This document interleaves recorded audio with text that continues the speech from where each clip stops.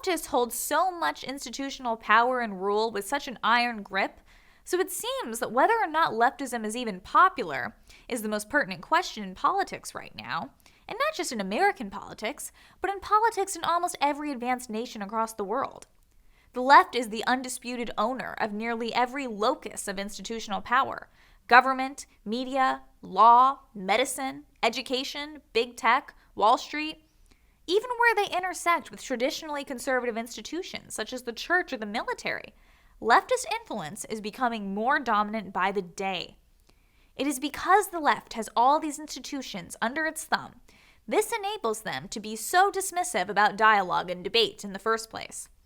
Each institution is uniquely situated to snuff out any blowback or criticism. But I believe that by insulating themselves from criticism, the left has actually exacerbated its downward spiral into pariah territory.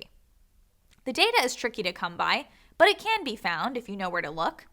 The best indicator of the left's unpopularity lies within its own pop culture. You see, the left has so far been very successful in forcing people to inject themselves against their will or arrest those who speak out against them. But so far, they haven't figured out how to force people to enjoy their idea of entertainment. So that's our indicator, and the data is very conclusive. Under leftist control, formerly popular intellectual properties in the realm of science fiction, fantasy, video games, and comic books have all performed disastrously. They fail even with the help of compliant tech companies to hide negative comments and downvotes, as well as the media's aid in hiding negative user reviews and writing articles to reframe every major bomb as a triumph against the patriarchy, for example. Everything from the low-budget TV series to the billion-dollar epic fails. Why?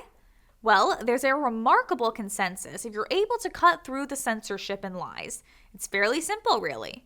Modern fiction is nothing but preachy leftist bromides where every man is a useless background prop to overpowered female protagonists. These protagonists are always so perfect they never have to undergo any sort of compelling character development to make the audience care for them.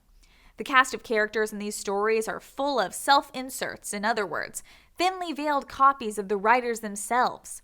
These writers were never chosen for their talent or intellect. What you get are characters who are always smug and unlikably condescending at best.